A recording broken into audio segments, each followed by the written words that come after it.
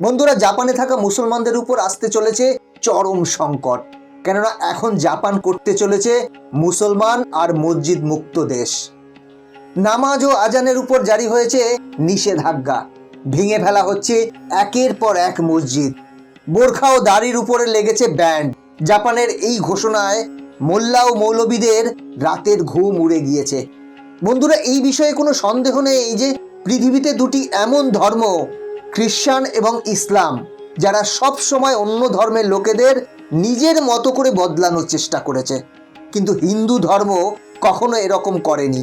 তাই তো আজ দুনিয়াতে 57টি মুসলিম দেশ অবস্থিত। কিন্তু ধীরে ধীরে পৃথিবীতে মিশনারি ধর্মের কট্টরপন্থী মনোভাব ও নিয়মের বিরোধিতা করছে সমগ্র পৃথিবী, এবং সমগ্র পৃথিবী হিন্দু ধর্মের দিকে ঝুঁকছে। আর হিন্দু ধর্ম শুধু ভারতে না থেকে পশ্চিমের দেশগুলোতেও বিস্তারিত হচ্ছে। আর এই দৌড়ে আজ জাপানও সামিল হচ্ছে। কিন্তু কেন কেন জাপান মুসলমানদের নিজেদের দেশে থাকতে দিতে চাইছে না? কেন জাপানে বোরখা পরা, দাড়ি রাখা নিষেধ, খোলা জায়গায় নামাজ ও আজানের উপরেও হয়েছে নিষেধাজ্ঞা জারি? আর কেন জাপানের মসজিদ ভাঙা হচ্ছে? তাহলে জাপানও কি চীনের দেখানো রাস্তায় চলছে? আর সত্যি কি মুসলমানরা জাপান থেকে বহিষ্কার হতে চলেছে?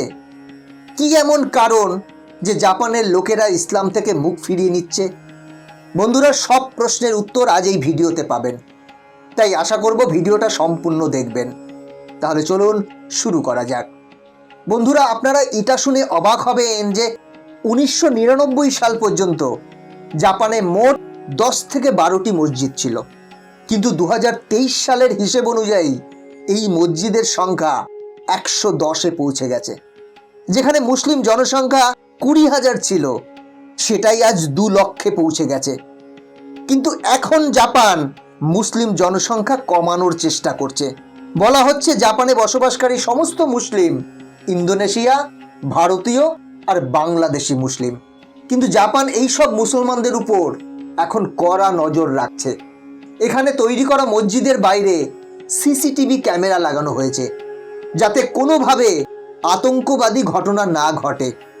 এর জন্য টোকিও সরকার আলাদা আইনও তৈরি করেছে।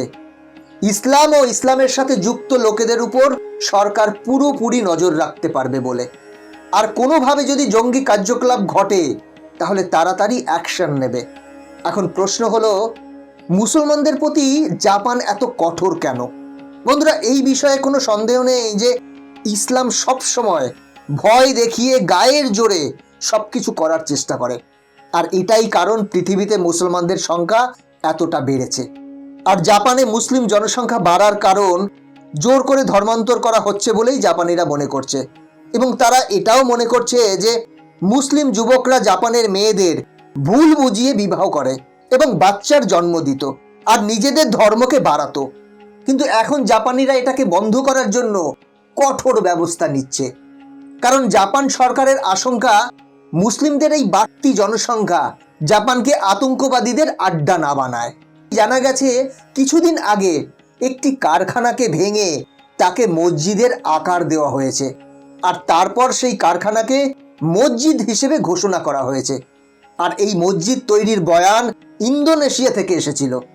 অন্যদিকে ইসলামের ঠিকাদার এক ব্যক্তি জাপানিদের পবিত্র তীর্থস্থল ভাঙচুর করে এবং ইসলামকে সবচেয়ে বড় ধর্ম এবং আল্লাহকে সবচেয়ে বড় ভগবান বলেছে। এই ব্যক্তির এই ভিডিও যখনই সোশ্যাল মিডিয়ায় ভাইরাল হয়েছে, তারপরই জাপানিদের মনে ধর্মীয় সংঘর্ষ তৈরি হয়েছে। আর তারপরেই জাপানে ইসলামকে ধ্বংস করার ঢেউ তৈরি হয়েছে। আর এখন জাপানে মসজিদকে ভেঙে টয়লেট তৈরি করা হচ্ছে, আর মাদ্রাসাকে ভেঙে আশ্রম তৈরি করা হয়েছে। বুলডোজার চালিয়ে মসজিদ ও মাদ্রাসাকে ভেঙে ফেলা হচ্ছে, আর নামাজ ও আজান ব্যান করে দেওয়া হয়েছে।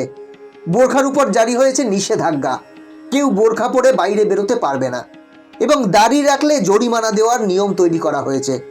শুধু তাই নয়, মুসলমানদের সরকারি চাকরি দেওয়ার উপরেও নিষেধাজ্ঞা জারি করা হয়েছে। এবং জানা গেছে মরার পর কবরের জন্য জমি পর্যন্ত দেয়া হবে না। মুসলিম লোকেদের নতুন করে আর নাগরিকত্বও দেওয়া হবে না।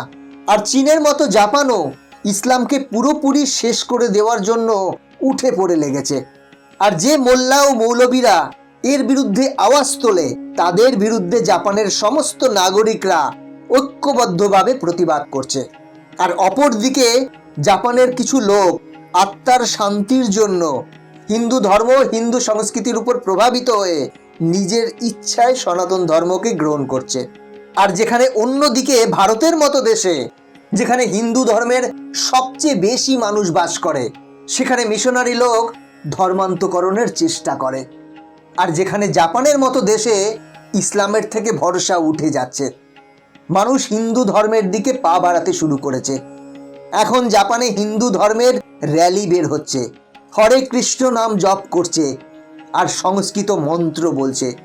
হাজার হাজার মানুষ হরে রাম হরে কৃষ্ণ বলে রাস্তা দিয়ে যাচ্ছে। যেখানে একদিকে জাপান টেকনোলজির উপর নির্ভর করে পুরো পৃথিবীর কাছে শক্তিশালী দেশ হয়ে উঠেছে, সেই দেশ আজ হিন্দি ও সংস্কৃতির উপর নির্ভর করছে। যেখানে একদিকে ভারতের লোক সনাতনী বিচারধারা ও সংস্কৃত ভাষা পড়তে চায় না, আর অন্যদিকে জাপানের বিশ্ববিদ্যালয়ে সংস্কৃত ভাষা পড়ানো হচ্ছে। জাপানে কেবল ভারতীয় সংস্কৃতিকে আপন করে নিয়েছে তাই নয়, সম্মানও করছে। এখানে হিন্দুদের দেবী ও দেবতার মতো ব্রহ্মা, বিষ্ণু, গণেশ, শিবের পুজো করা হয়। শুধু পার্থক্য একটাই, জাপানে এই দেবী দেবতাকে অন্য নামে ডাকা হয়। জাপানিরা হিন্দু দেবী দেবতার পুজো করার সময় তাদের মন্ত্র নিজেদের ভাষায় অনুবাদ করে না। তারা মনে করে এই সব করলে ওই মন্ত্রের শক্তির প্রভাব কমে যায়। এছাড়া ভারতীয় সভ্যতার রং জাপানেও দেখা যায়। এখানে সংস্কৃতে লেখা পাণ্ডুলিপি অনেক জাপানিদের ঘরে দেখা যায়। যেখানে বাংলাদেশ ও ভারতে মাঝে মাঝেই হিন্দু মুসলমানের নাম করে অশান্তি তৈরি করা হয়। হিন্দুদের পৌরাণিক বইকে আগুন দিয়ে পোড়ানো হয়। বাংলাদেশের অনেক মন্দিরের মূর্তির হাত পা ভেঙে দেওয়া হয়। লোকেদের মধ্যে জাতপাতের নামে ভেদাভেদ তৈরি করা হয়। সেখানে জাপানে ভারতীয় দেবী দেবতাদের না কেবল সম্মান করছে, যজ্ঞ, পুজো এবং আরতিও করছে।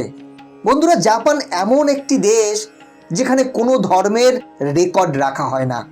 এখানে সব ধর্মের লোক বাস করে এবং কারোর উপরেই কোনো জোর জবরদস্তি করা হয় না। এখানে বৌদ্ধ ধর্মকে পুরো মান্যতা দেওয়া হয়, কিন্তু জাপান এখন হিন্দু ধর্মের দিকে পা বাড়াচ্ছে।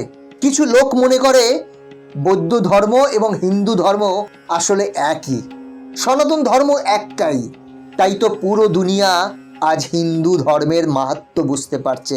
বন্ধুরা, সনাতন ধর্ম এমন একটি ধর্ম যে ধর্ম সর্বধর্ম সমন্বয়ের কথা বলে, যে ধর্ম অন্য ধর্মকে সম্মান করে, জোর করে ধর্মান্তকরণে বিশ্বাস করে না, সর্বদা জীবের শান্তির কথা বলে। তাই তো বলা হয়, জীবে প্রেম করে যেই জন সেই জন সেবিছে ঈশ্বর। তাই তো কট্টরবাদী চিন্তাধারায় বিশ্বাসী মুসলিম দেশগুলো আজ হিন্দু ধর্মের প্রতি আকৃষ্ট হচ্ছে।